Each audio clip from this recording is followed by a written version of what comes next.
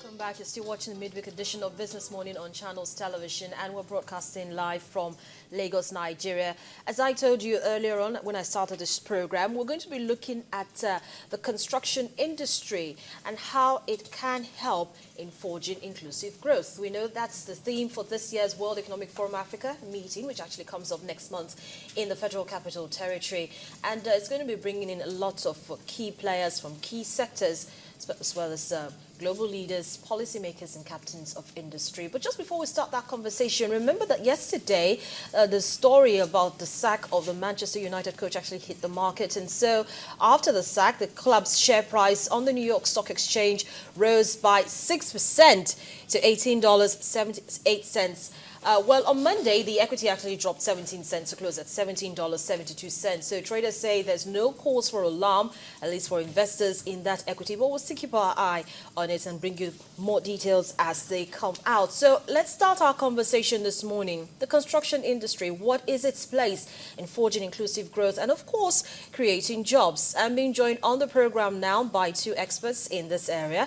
The Chief Executive Officer of Lekki Essential Services Limited, Engineer Fumi Banjoko, and of course the Chief Executive Officer, Inclusive Concrete and Engineering Limited, Engineer Okpeyemi Aminu. Thank you so much, gentlemen. Good morning and welcome to the program. Good morning.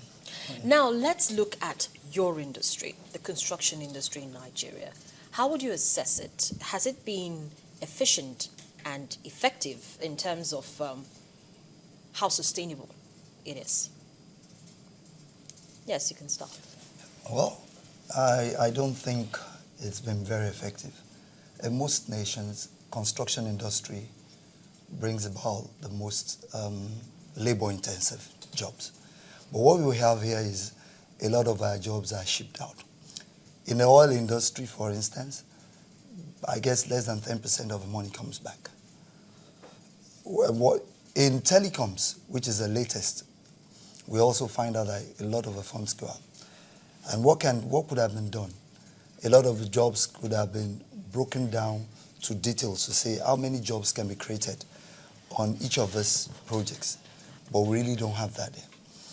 The easiest would have been the housing industry, which has not even started. If we have a shortfall of close to 70 million houses, this would have been a mass employer of labor. But we haven't gotten anywhere there. Engineer Aminu, Engineer Banjoko actually highlighted the fact that we have capital flight of what should probably have stayed within the country to ensure that this industry moves from where it is. Do you have a different view as regards the assessment of how the industry has fared in the last couple of years? Well, I will just support his position because if you look at the construction industry and the elements therein, you're not going to take out the human factor, that is the so-called employment we're talking about. And as of today, Nigeria's sources is low-level manpower from neighboring country. So even at the low-level inputs into construction industry, you still have to look outside to get labors. And of course, if you look at the high-level manpower too, a lot of capital flight is going on there.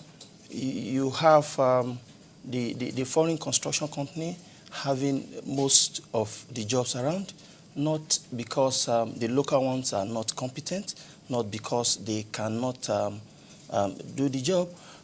By implication, a lot of workers are imported, and you have a lot of our funds, flying out of the country. So now let me ask you, why do we have most of these skilled workers leaving the country to go to other countries to seek employment? Let's start with that. Before we get to why do we have to even employ manpower from outside the country to do jobs here? So let's start with, why do we have capital flight? Why do we have manpower that otherwise could have contributed to boosting the industry? Why do we have such manpower leaving the shores of the country? Well, you see, Nigeria as it is today has a structural problem. We cannot shy away from that.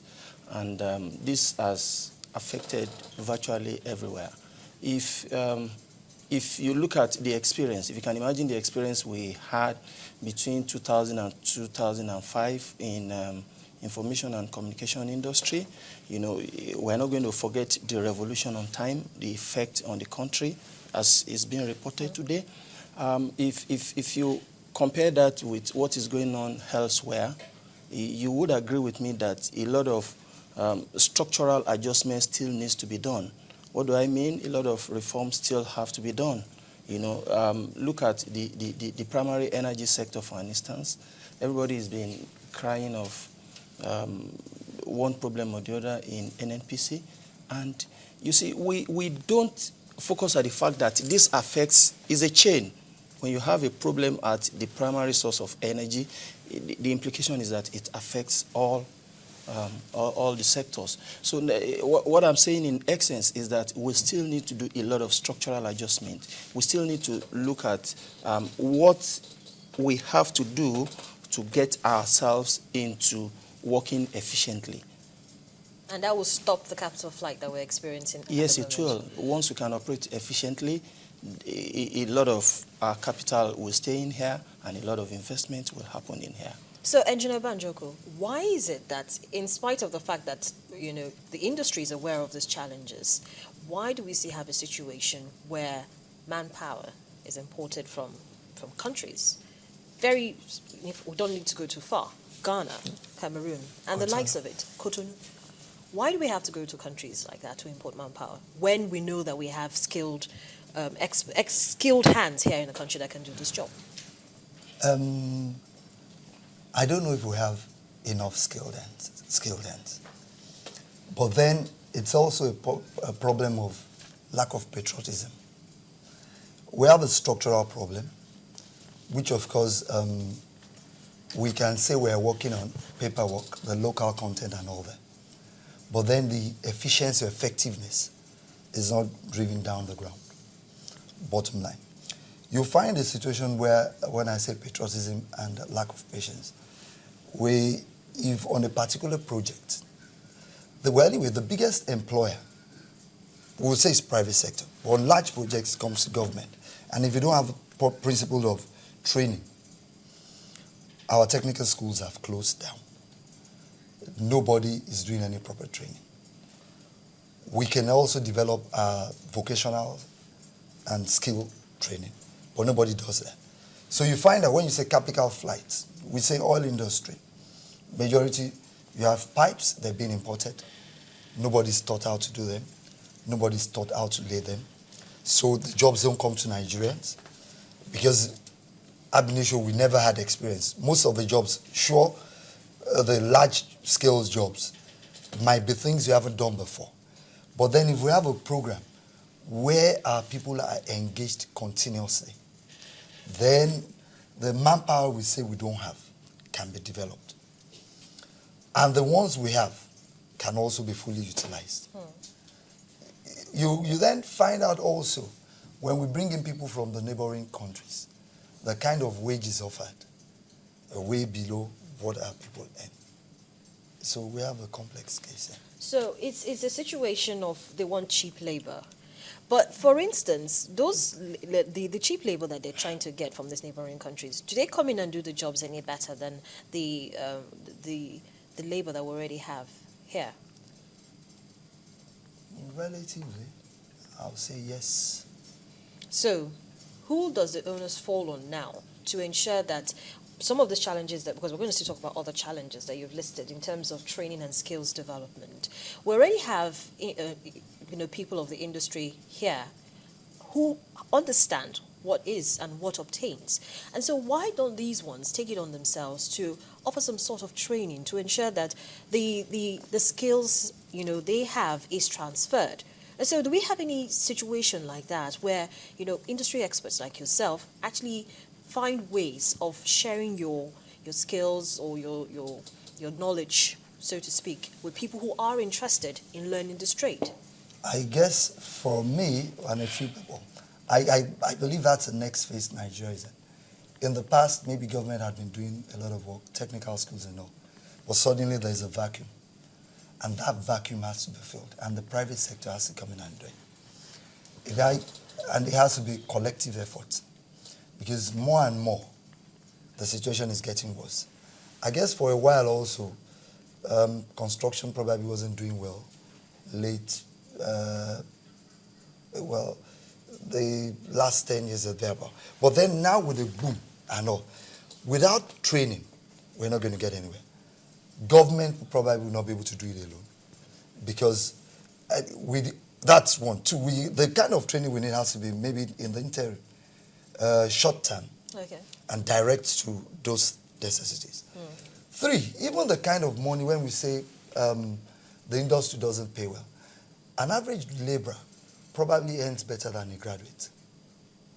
The way the country is, when you look at the SMEs and all, how much do you pay most graduates? So it's an area where we probably can encourage people that's educated, we say where they're not well trained, and refocus them towards construction, towards a lot of other things that can be beneficial. So, if the industry has witnessed a boom lately, because it always seems really mind-boggling, especially since you know that there's one form of construction going on every day. If it's not the roads, it's the rail, it's houses, and the rest of it.